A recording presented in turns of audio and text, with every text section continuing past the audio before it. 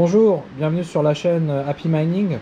Aujourd'hui, on va parler de la nouvelle RTX 3070M. C'est un modèle un peu spécial, vous allez voir.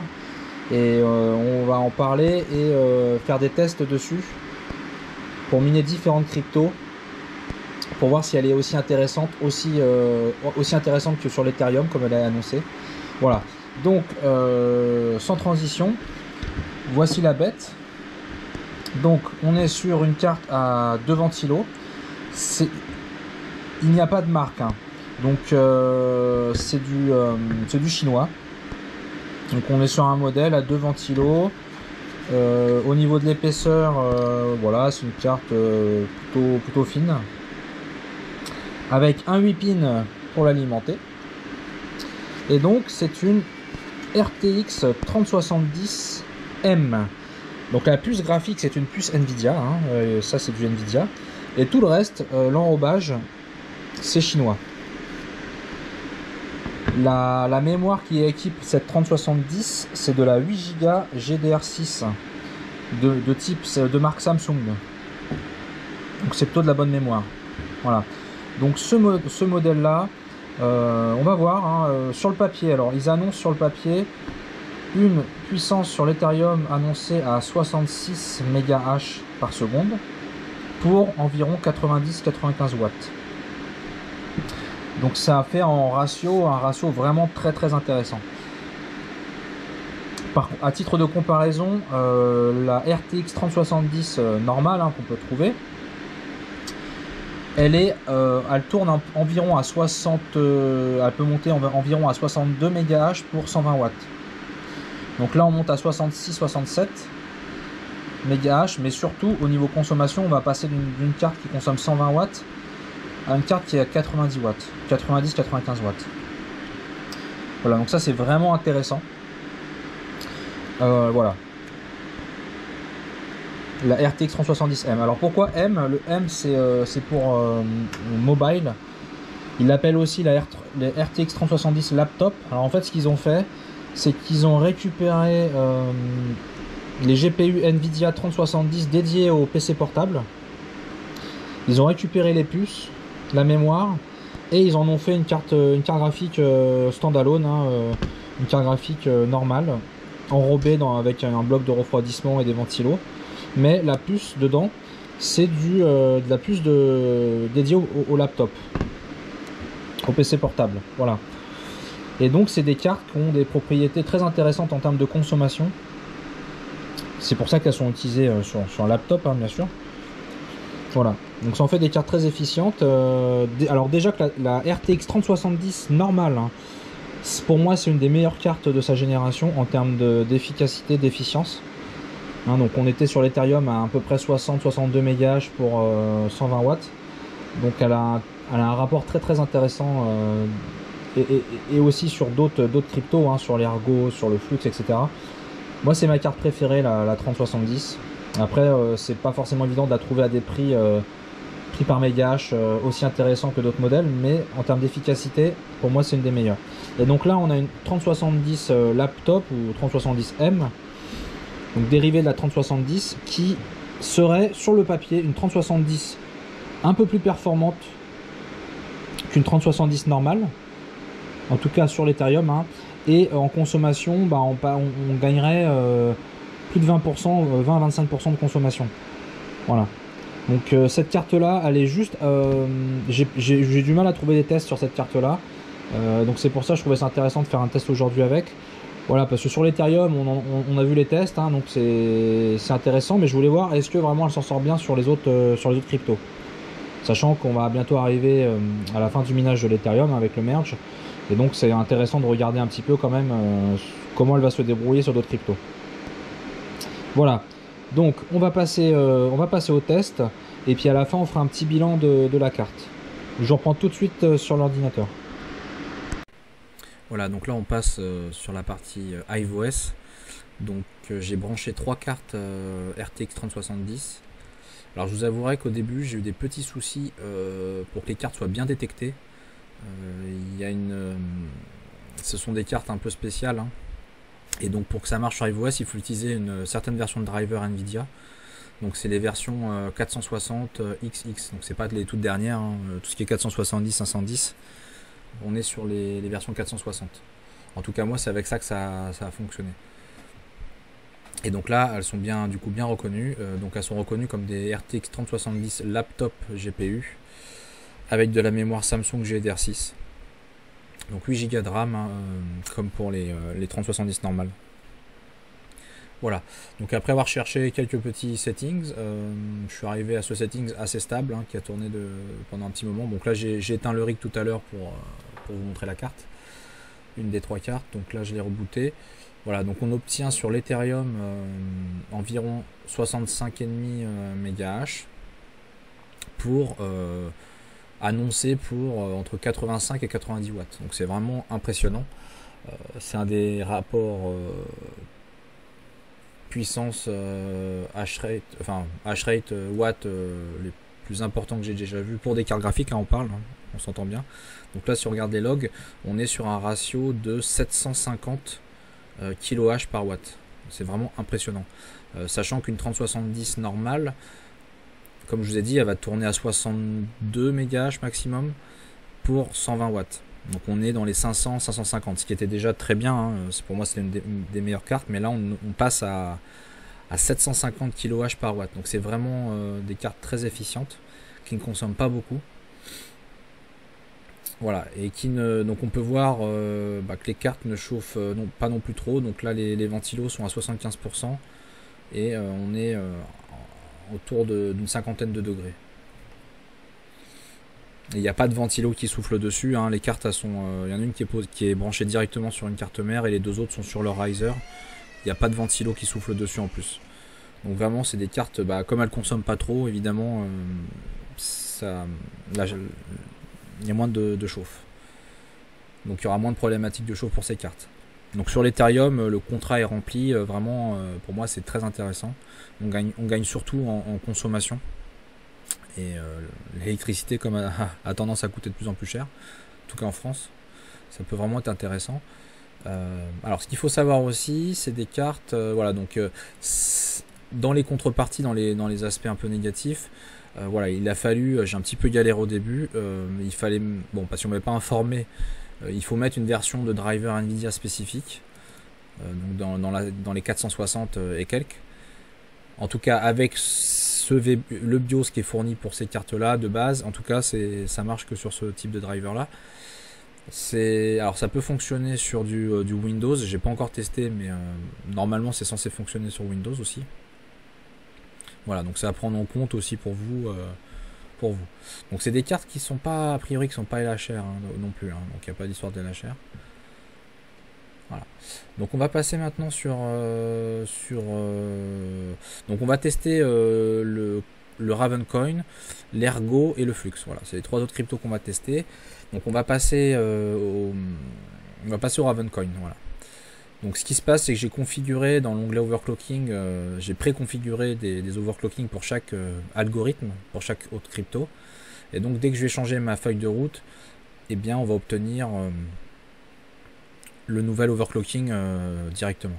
Alors au niveau overclocking, avant de passer sur les autres, c'est vrai que j'en ai pas parlé, sur l'Ethereum, sur ces 3070 laptops, d'habitude sur une 3070 normale, on est plutôt sur du 1100 encore, donc là on augmente un peu le corps, à 1350, et c'est la mémoire. La mémoire en général sur des Samsung 3070, on est à 2005, 2006, pas plus.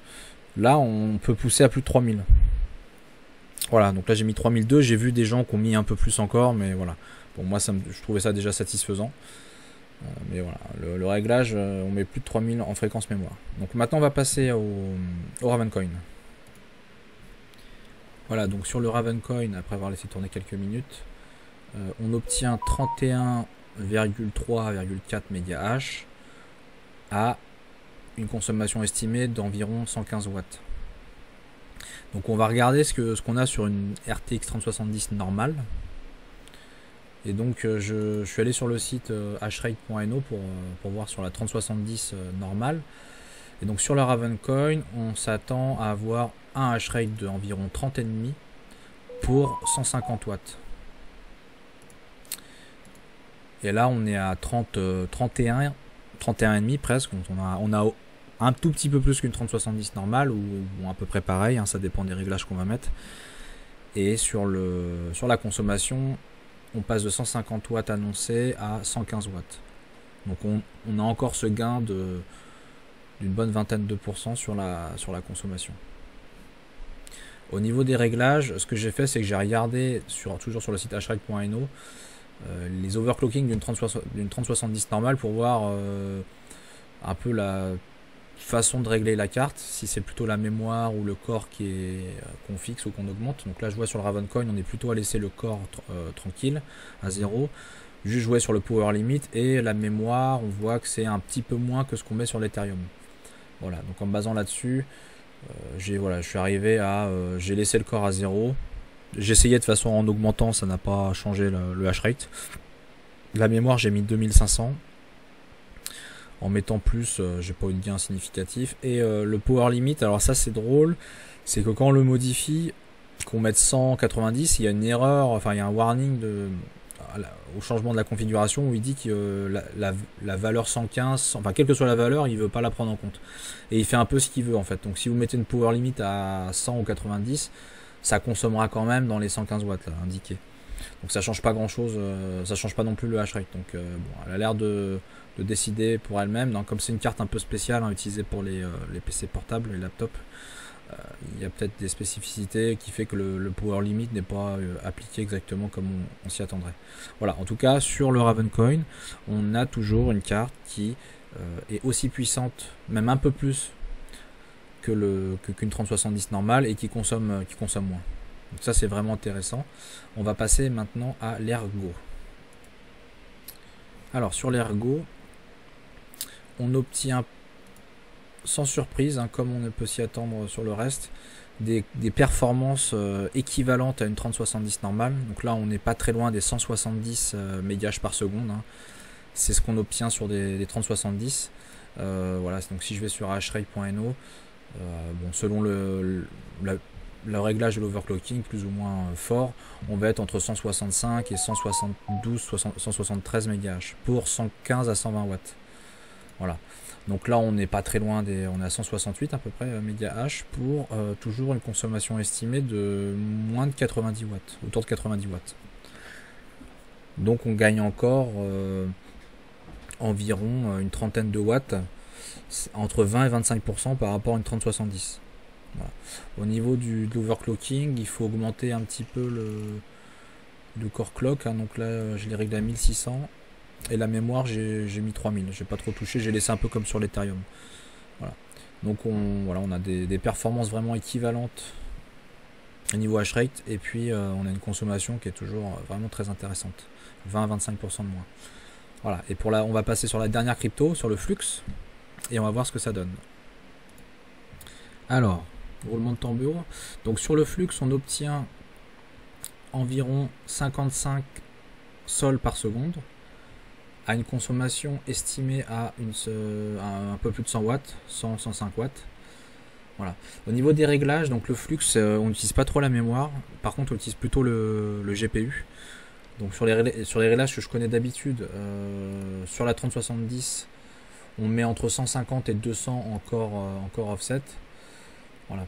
Et alors donc sur une 3070 normale, on est à peu près à 56-57 solutions par seconde à 150 watts. Voilà, donc là on passe de 150 à une grosse centaine de watts pour une puissance à peu près équivalente, 55-56 sols par seconde. Voilà. Donc c'est vraiment intéressant. Au niveau chauffe, sur le Flux, donc au niveau GPU, c'est censé chauffer un peu plus que l'Ethereum. Là on n'est pas trop mal, on est encore autour de 60 degrés, sans avoir fait trop de quoi que ce soit pour les refroidir autre que leur propre ventilo. Donc voilà, donc on va passer donc à la conclusion.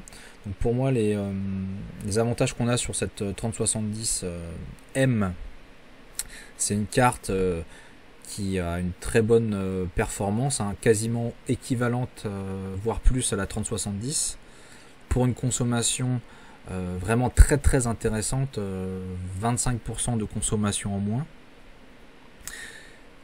qui dit consommation en moins dit que c'est une carte du coup qui ne chauffe pas. Donc elle est très facile à gérer, à refroidir. Il n'y a pas de problème d'instabilité de rig où la carte chauffe trop, etc. Voilà, donc ça c'est vraiment son point fort, hein, sa consommation. Consommation faible, et du coup c'est une des cartes que à ma connaissance qui a le meilleur ratio hash rate consommation. Voilà, tout ça c'est pour les avantages. Alors dans les autres avantages, c'est aussi le prix. C'est sûr que c'est une question de prix, hein, le rapport prix par méga hash. Donc ces cartes là, on peut les retrouver environ à 700 € TTC. Donc on est sur les prix à peu près les prix d'une 3070, hein, qu'on trouve dans le marché. Des fois on les trouve à un petit peu moins de 700 € et des fois un peu plus. Donc pour moi c'est à peu près équivalent à une 3070. Donc pour le même prix, on a une carte qui va moins consommer, 20 à 25% de moins. Voilà. Ensuite, et sur l'Ethereum pour l'instant, elle est un peu plus puissante. Elle a 4-5 mégahash de plus. Voilà. Et en contrepartie, donc c'est un modèle chinois, hein, c'est pas une marque. Hein, la garantie est de 3 mois sur ces cartes là, donc c'est pas la même garantie que sur des cartes normales. Après je pense que bon, les cartes graphiques c'est assez fiable en général, vu que la puce ça reste une Nvidia, c'est juste l'assemblage qui est chinois. Je pense pas qu'il y ait trop de problèmes de fiabilité sur ces modèles là, mais voilà, la garantie est de 3 mois, donc ça fait partie des inconvénients. Et l'utilisation de la carte va être un peu plus réduite que sur des cartes peut-être classiques. Donc là, cette carte là, il faut utiliser une version d'un driver, enfin une plage de driver sur iOS spécifique. Sur Windows, j'ai pas encore testé, mais je pense que c'est peut-être pareil. Peut-être qu'il faut utiliser des versions de driver spécifiques. Voilà. Et donc après, pour la revente de cette carte là, c'est peut-être la revente sera sans doute moindre qu'une carte un peu plus classique que vous allez pouvoir revendre à des gamers. Voilà, mais en tout cas, le gros avantage de cette carte là, c'est sur le long terme, si vous voulez la garder longtemps sans trop penser à la revente, c'est sa consommation, quoi, qui est vraiment intéressante. Voilà, donc c'est si vous êtes intéressé par ce modèle là, vous pouvez nous contacter sur la boutique. C'est un modèle qu'on commence à proposer, donc au prix de 700 € TTC. Donc voilà, on a essayé de proposer un truc intéressant. Nous on en utilise personnellement, pour l'instant on en est content. Et puis voilà, donc je vous dis à très bientôt pour d'autres aventures sur la chaîne Happy Mining. On a pas mal de sujets qui arrivent, des sujets qui sont pas liés forcément au purement mining, vous verrez, des sujets intéressants dans le domaine des cryptos, sur des projets crypto. Ça va arriver bientôt. Voilà, je vous dis à bientôt sur la chaîne Happy Mining et bon minage à tous. Salut!